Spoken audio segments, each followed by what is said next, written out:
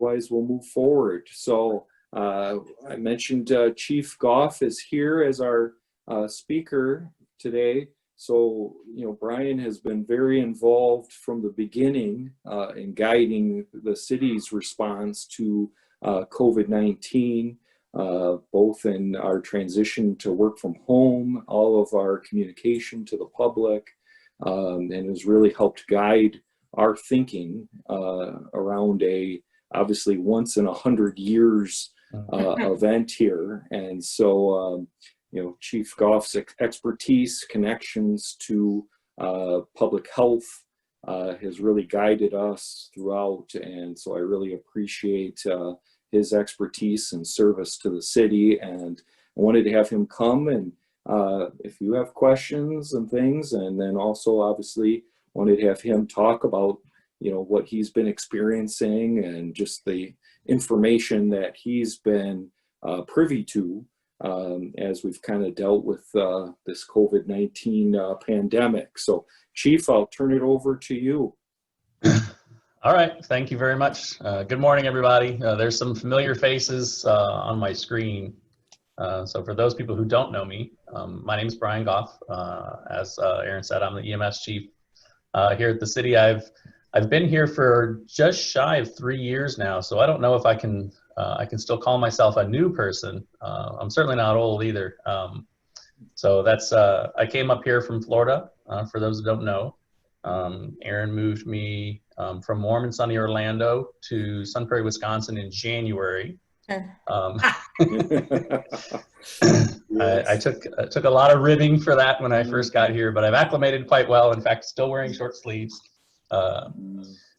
So I thought maybe this morning I would just talk a little bit about kind of the EMS department and what we've experienced and kind of what we're going through. And as I gave consideration to that, I come across the Rotary motto of service above self, and it made me think of the staff. So the paramedics, of course, they've been on the front line of this whole thing since the very beginning. And I'd be remiss if I didn't take a moment and just acknowledge that they've been, like I said, coming to work as normal since the very beginning of this. They've been bold. They've been unafraid. They have been reliable to the point that that reliability is so strong that we've not had to make any restrictions or adjustments to our staffing, which I think serves both organization as well as individual.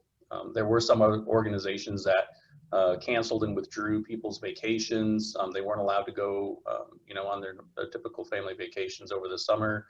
There's other organizations that extended their hours and modified their staffing models, and we didn't have to do that. And a large part of that reason is because that the staff themselves are so reliable and committed to coming to work, and I definitely appreciate it.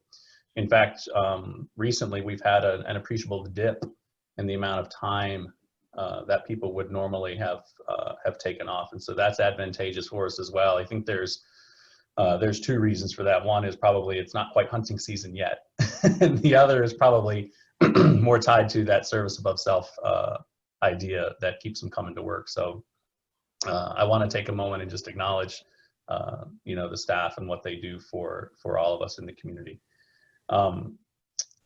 Rarely do I go anywhere that someone doesn't ask me about COVID. We're on the front lines. They want that battlefield report, the CNN media reporter in his helmet want to know what's going on. So since that's a pattern, I thought maybe I just offer it, and I'll share with you that the impact to us organizationally is rather minimal, which I think is fortunate for us. We have had to make a few operational changes. Some of those things are the things you might expect. We wear protective equipment far more than we ever did before. We limit the number of people that go indoors. In fact, if you call 911, if you have the misfortune, which I hope you never will, you'll get an instruction to meet us outside, just to try and help mitigate spread. The paramedics have always been very clean. In fact, our air ambulances are something to be proud of countywide. They've always been spotless. But now, of course, we're just obsessive about it, more so than ever before. So that's kind of some of the impact that we've had. Otherwise, not too much. We have, of course, transported people that have had COVID that we know about, and there's others that we transported and we found out later that they had it, and everybody's been healthy and well, staff and everyone. So that's a good thing. We've also noticed, though, impact to the community. And so I'm going to take just a moment to be kind of a little bit of a downer, but I think it's important to just acknowledge kind of the collateral effects that are happening. Some people have heard this and some people may not, but we have seen an appreciable increase in the amount of alcohol and drug abuse type situations. We've seen an appreciable increase in the number of overdoses, in violence, in mental health. And this is true not just in Sun Prairie, but throughout the county and of course across the nation. And one thing too that we've noticed is we've had an increase in the amount of acute or very seriously ill people that we see, more than we would normally expect, and we attribute that to people being afraid and not wanting to go get medical care because they're afraid of kind of what's out there in the world. And so that's that's just kind of some of what we're seeing day to day.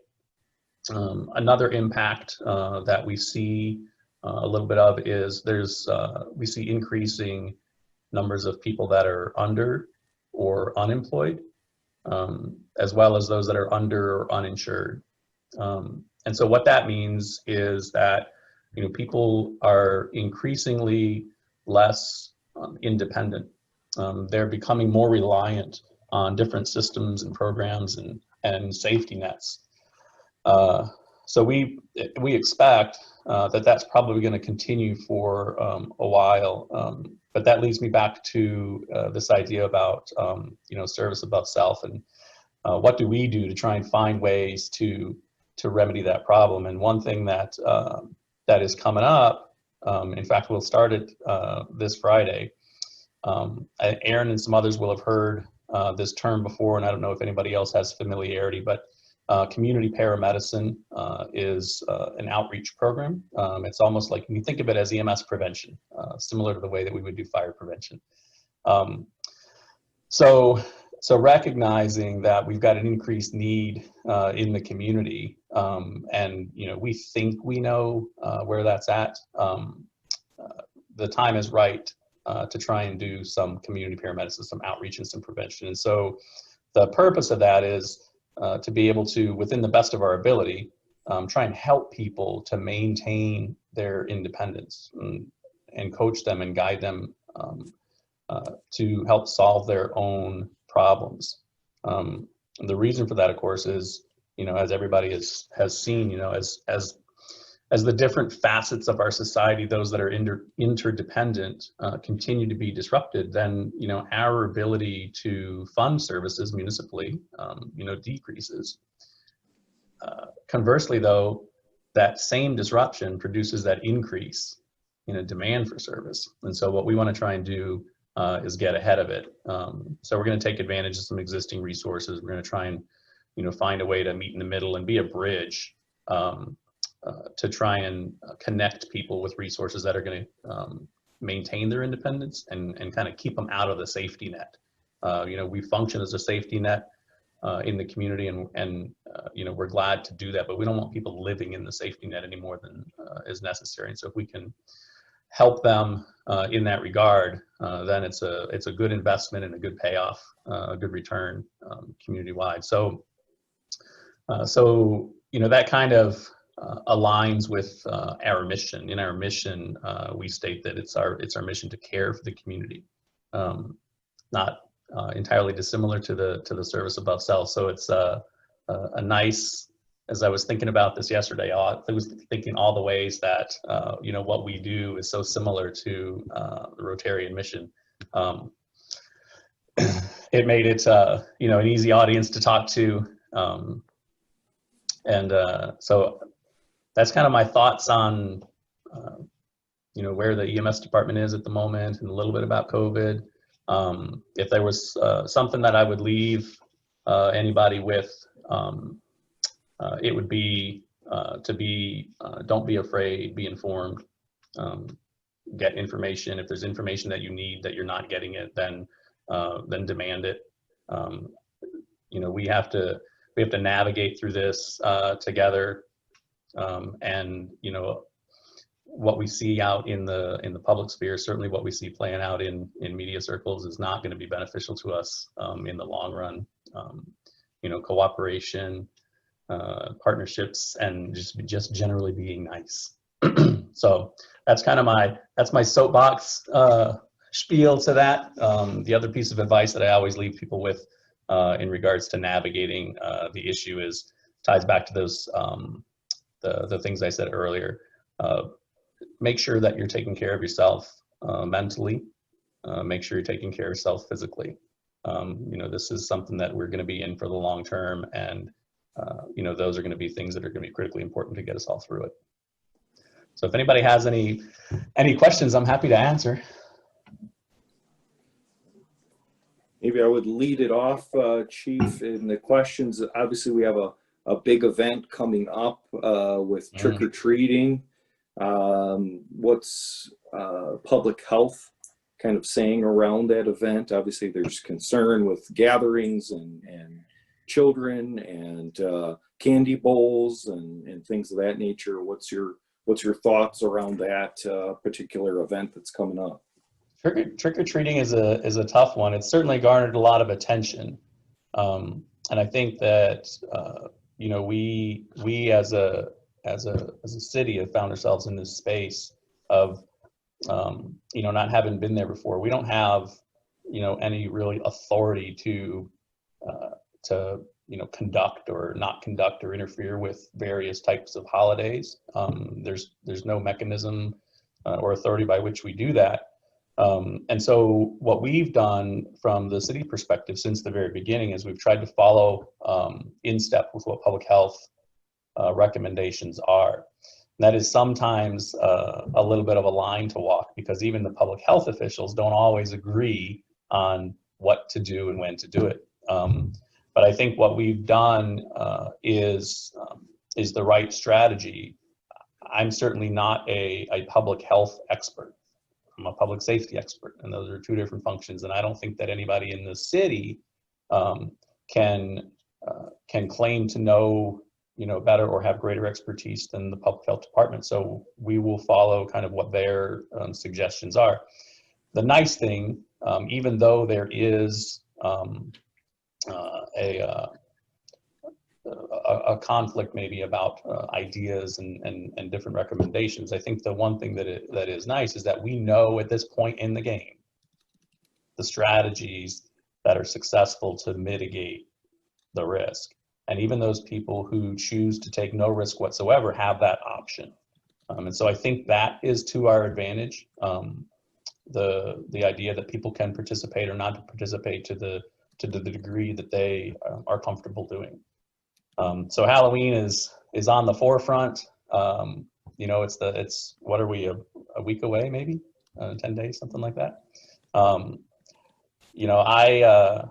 think that the message that's out there in the public space about Halloween is adequate.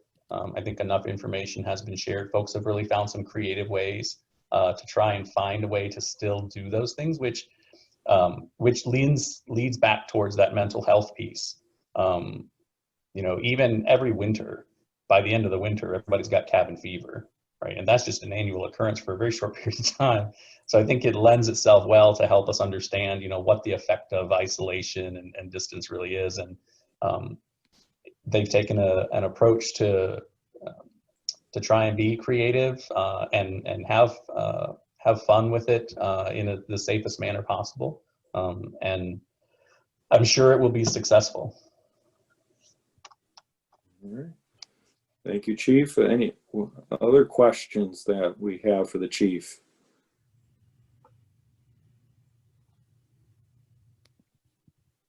When is this gonna When is this going to be over? The bold question, Yeah. Chief. A prediction, a $64,000 crystal question. ball type question. Nothing like putting you on the spot there. No, that's okay.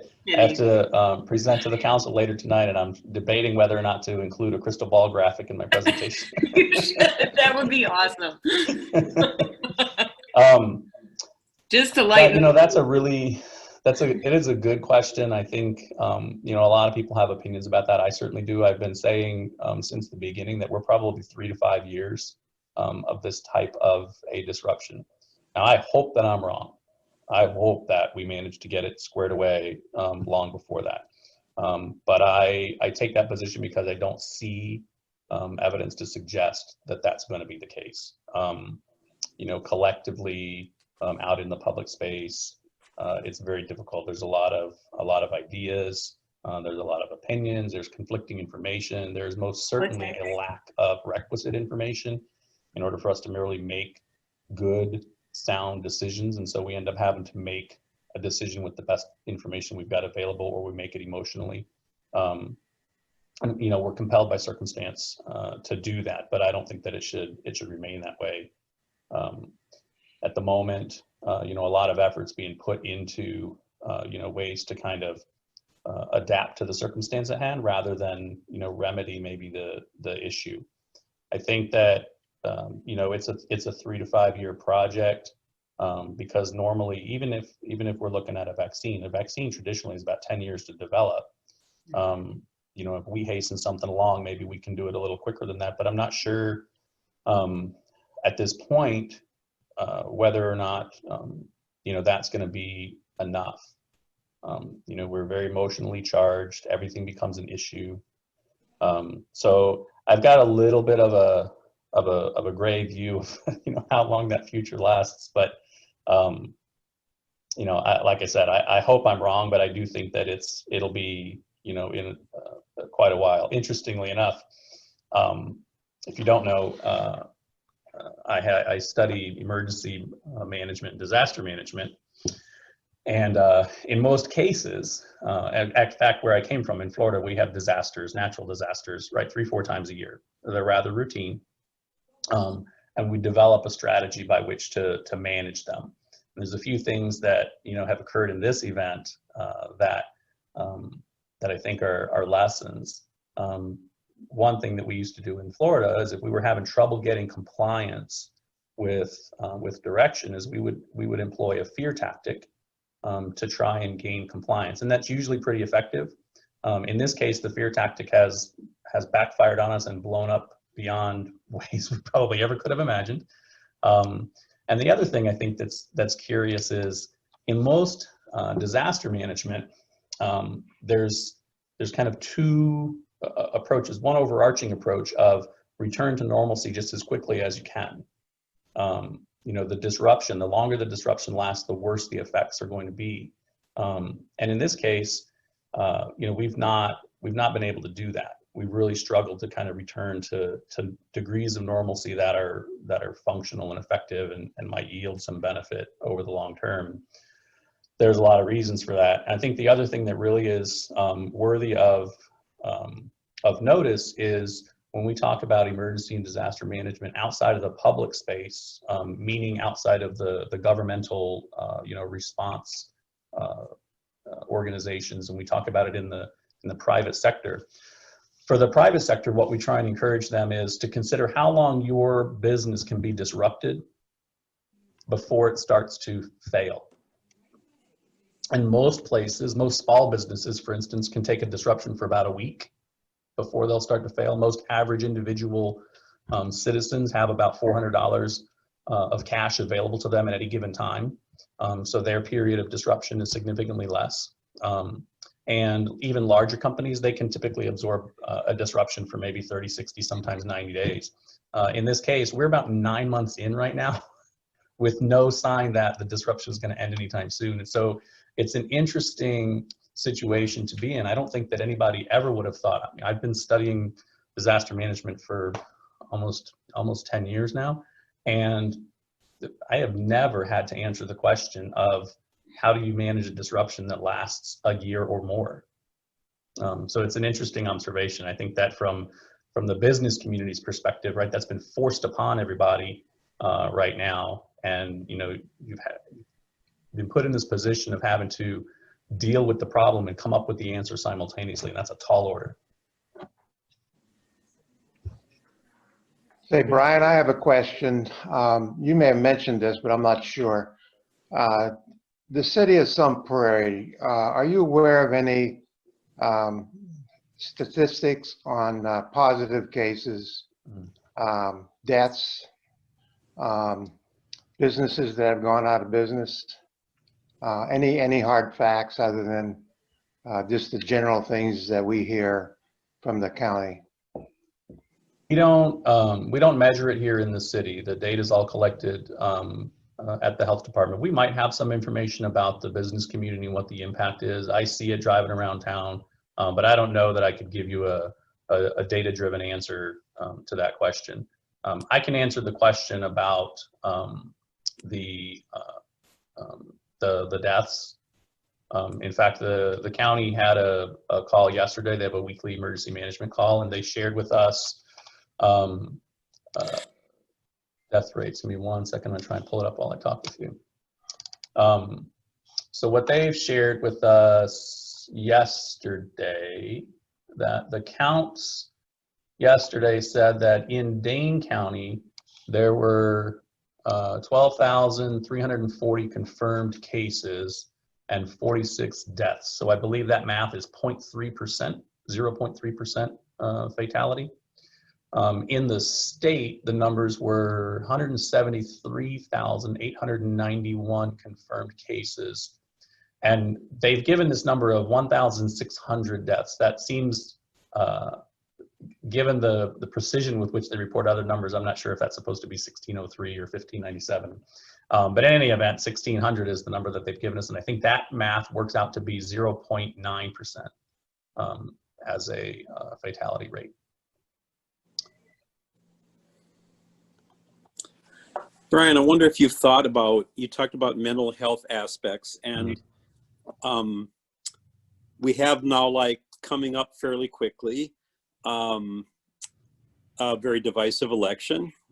We have Thanksgiving and we have Christmas coming up. And, you know, even in normal times, big holidays are not happy times for some people. I mean, not everybody grew up with happy families, and, you know, Mother's Day, Father's Day, Thanksgiving, and things like don't mean the same for everyone. But it seems to me this year it's going to be very different and sad for a lot of people. Those holiday traditions are not going to be there. So I guess I'd be interested in your thoughts about kind of what we have over the next couple of months. That's a good observation. I refrain from pointing it out only because I don't want to get it started any earlier than it will. I think it'll have an organic beginning. In the same way that Halloween has garnered a lot of attention, Thanksgiving will be the next one. The health department has made various observations since the beginning as to kind of where the case counts are originating. And, you know, we've heard it that it came from the U. Well, now it's not from the U anymore. Then it was from restaurants and bars, and then it was from other places. And periodically throughout the management of all this, they will repeatedly say it's coming from the home, it's coming from the home, it's coming from the home, which makes good sense. That's, you know, where people are congregating. And so I suspect that at some point somebody's going to want to say, well, what is the city going to do about Thanksgiving? That's going to be a tough one for us to have, but I agree with you that the impact of trying to manage that holiday, in addition to the fact that for some people it is already a bad time. I think what we are going to do, at least from the EMS perspective, on Friday we begin this community paramedicine effort. It is not the wildly robust and structured and in fact funded program that exists in a lot of community paramedicine programs throughout the community, but I don't think we need that right now. I think we know that there's a problem coming. We know that there's some degree of a problem already in existence. The neighborhood navigators, for instance, have put a budget request forward to try and expand their service focused on mental health because they've observed it. And so that's our partnership. the neighborhood navigators and the paramedics are going out together and try and find ways to bridge this gap. So I think if we can get a little bit ahead of it and find ways to identify those folks who may struggle with it and put a bridge in place if they don't already have one, I think that will be helpful. We've explored partnerships, which is really how this whole thing works, not just within the navigators and within the EMS teams, but also throughout the county, and where are the resources. The navigators have told us that it's not sufficient to just give somebody a phone number and say, call these people. In a lot of cases, you may have to take a more proactive approach to that. And so we're looking for the solution from EMS. How do we do that? How do we connect with somebody in a neighborhood that doesn't have access to the resource? And rather than just say, well, call these people, presuming you have a phone, or go there, presuming you have transportation, right? How do I get it in your hands here and now? But in a manner that doesn't make that individual overly dependent on the safety net, right? We want this program built in such a way that it fails because people have access to resources and can manage their own affairs. So the mental health, I think, is something that we definitely want to maintain a heightened awareness of. And I think this approach starting this Saturday is one of the things that we're focusing on, is where are the issues and how do we remedy it ahead of time. Any other questions for the chief? All right, hearing none. Shweta. Oh, Oh. Shweta? Yeah, Go ahead, Shweta. no questions. I just wanted to thank Brian, or Chief Goff, more formally. He's been, as Aaron has said, he's been really, has provided all city departments, including the library, with a lot of really good practical advice, as we are looking at being in this state for a long time, and how we can maybe provide more assistance to our residents, but in a safe and meaningful way. So I'm really excited, Brian. I'll touch base with you about the program that you're working with the neighborhood navigators, because as you know, we definitely see residents in need that come to the library. So that may be another possible resource that we can share with our patrons. Good, let's do that. Okay, thank you. All right. Thank you very much. Chief, just so you're aware, Rotary has been making a donation in the name of our speakers to the Home Mission Fund, which is part of the Porch Light programs. And so we'll be making a donation in your name to the Home Mission Fund. We've been focused on affordable housing this year. And so I wanted you to be aware of that. And thank you for speaking to us on short notice. So Of course, thanks very much for having me. just so you know, I think I got a hold of the chief around 1:30 yesterday. So That's awesome. That's how much preparation I gave him so I appreciate it, Chief. Thank you very much, and for your leadership throughout. So, all right.